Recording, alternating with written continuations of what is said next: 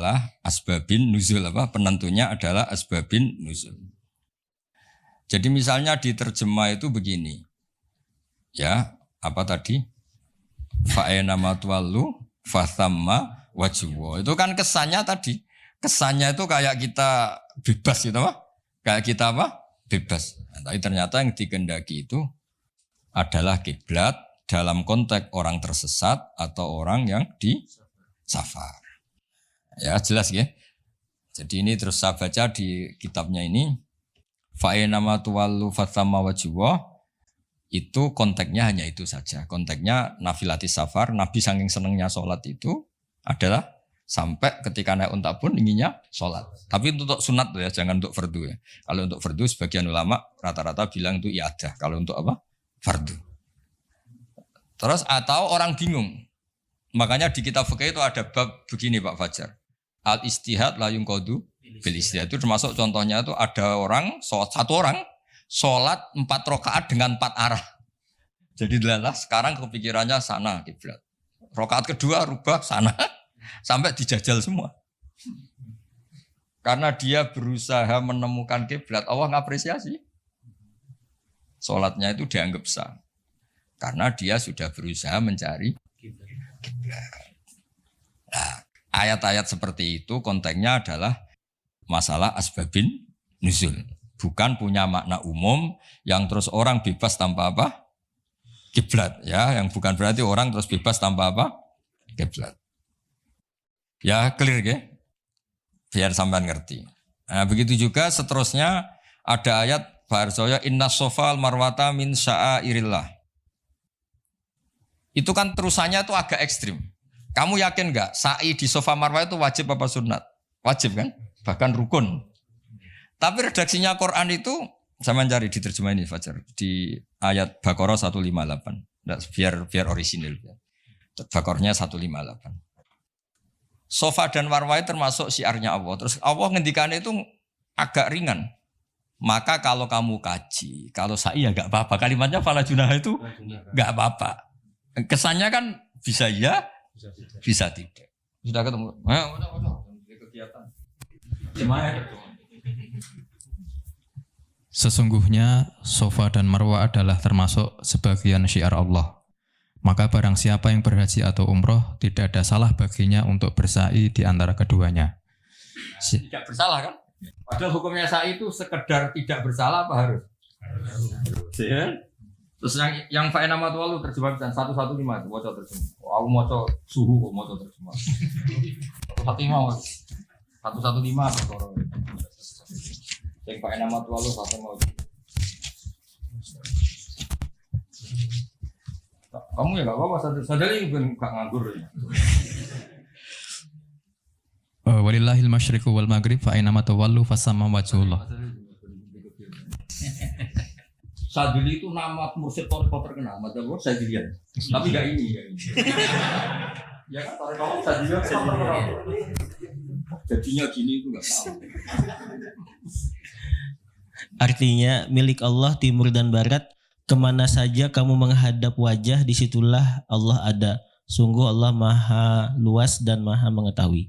Udah terjemahnya bawa aja nanti tak tunjuk. Ayatnya tenang aja, tidak usah nyari kamu tanya. Tak kon golek ayatnya yang nganti sesuk urip meneh mati sesuk mari meneh ra ketemu. Jelas ya kalau menurut terjemah itu kan riskan bahwa orang bisa berpaham sholat itu kemana saja kan. Nah kalau fala junah itu kasusnya gini. Memang awalnya kasus, makanya saya tidak bilang asbabil wurud, tapi memang asbabil kasus. Dulu di antara rahasia kenapa sih Nabi itu 16 bulan, kila 17 bulan. Pokoknya terpaut satu, kalau enggak 16, 17. Di semua riwayat ahli hadis. Saya ulang lagi, di semua riwayat.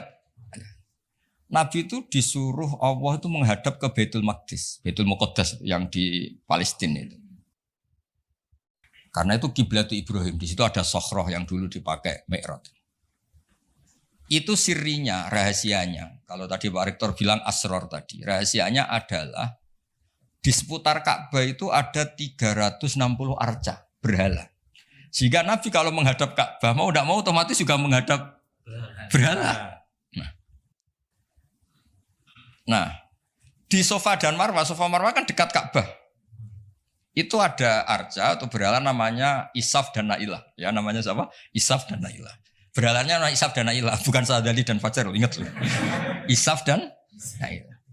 Ya ini relax saja biar. Nah, ketika Islam datang dan tidak membolehkan yang berbau gituan, itu terus mereka, ya Rasulullah kita ini mau tidak mau harus sa'i karena kita ini umrah atau haji, tapi harus melewati Isaf dan Nailah. Itu gimana? Apa dibatalkan saja kewajibannya? Ya, pertanyaannya itu apa dibatalkan saja? Karena harus melewati dua berhala tadi. Terus Allah menurunkan ayat, ya sudahlah ngitung yang hak saja. Yang hak adalah bahwa Safa dan Marwah faktanya adalah termasuk syiarnya Allah. Jadi ngitung itu hak. Maka kalau di situ terpaksa ada Isaf dan Nailah, nggak apa-apa. Maksudnya nggak apa-apa itu nggak menggugurkan kewajiban sa'i. Nggak apa-apa itu maksudnya diabaikan, apa? Ya. Diabaikan. Yang diabaikan berhalanya. Berhalanya. Ya ibarat gini, ini cerita. Mungkin para sahabat nggak pernah dengar karena ngaji sama kiai NU baru tenanan sekarang. Kiai pesantren maksudnya, bukan kiai NU, kiai pesantren. Dulu itu ada kiai khusyuk. Dulu kan masih banyak orang khusyuk. Kalau sekarang kayaknya susah. Itu gak mau haji karena ngerti kalau di pesawat itu mesti ketemu pramugari cantik. Udah cantik ya gitulah, menarik. Takut betul kalau orang khusyuk ini kan, kalau kamu gak kebayang takut kan. Sampai beliau tuh hampir fatwa, gak mewajibkan haji. Beliau meyakini, wah kalau haji Gus lewat bank ya transaksinya gini. Nanti di pesawat ketemu orang-orang cantik, wah itu haram gini. Oh gaji-gajinan orang Jawa itu gak merasa gaji-gajinan gitu. Karena dianggap itu manek, penghalang status wajib atau penghalang hukum wajib. Makanya ketemu banyak kiai, terus diingatkan, termasuk pakai takbir ini, Inna sofal marwata min syairillah. Jadi dulu itu pernah ada haram itu diabaikan tadi, demi kebaikan haram itu diabaikan. Artinya meskipun di pesawat ada pramugari, kalau mau haji ya haji aja. Yang nggak boleh yang godanya itu, kalau hajinya ya dong ya. Jangan kok terus boleh kamu minta nomornya itu, enggak, maksudnya itu ya haji aja. Soal itu diabaikan. Ini bisa, kalau ini sudah bisa kayaknya sudah bisa. Tapi kalau yang enggak bisa ini apa itu? Sana. Clear ya? Clear ya? Jadi yang taat ya tetap taat, kalau itu ya diabaikan. Artinya gini, andaikan saya jadi kiai menangi seperti itu kan bilang, kalau mau umroh saja. Tapi itu gue harus ketemu perempuan-perempuan cantik gini. Ya itu diabaikan saja, tidak ganggu kewajibannya. Nah sama, ya kira-kira gitu. Jadi fala junaha itu tidak apa-apa. Sudahlah tetap sa'i saja, abaikan yang tadi. Jangan terus itu mengubah kewajiban. Kalau itu pakai gitu ya tidak ada orang kuliah. Anak perempuan mau kuliah di UI, itu dosennya Pak Fajar, Pak Sadali. Kayaknya masih riskan gitu. Wah, gak ada orang nuntut ilmu kan.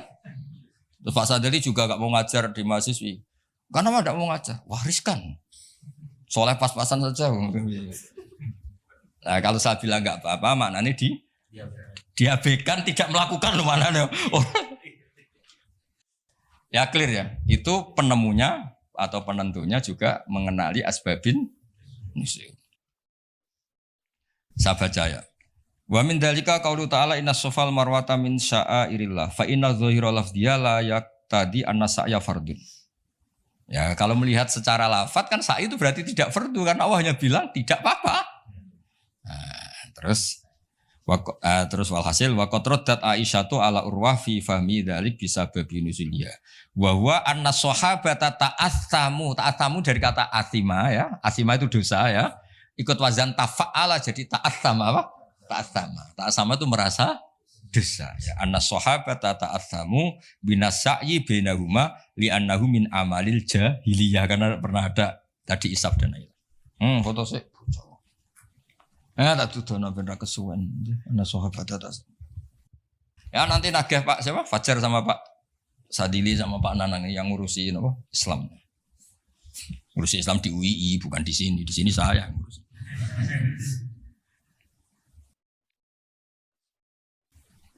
Udah.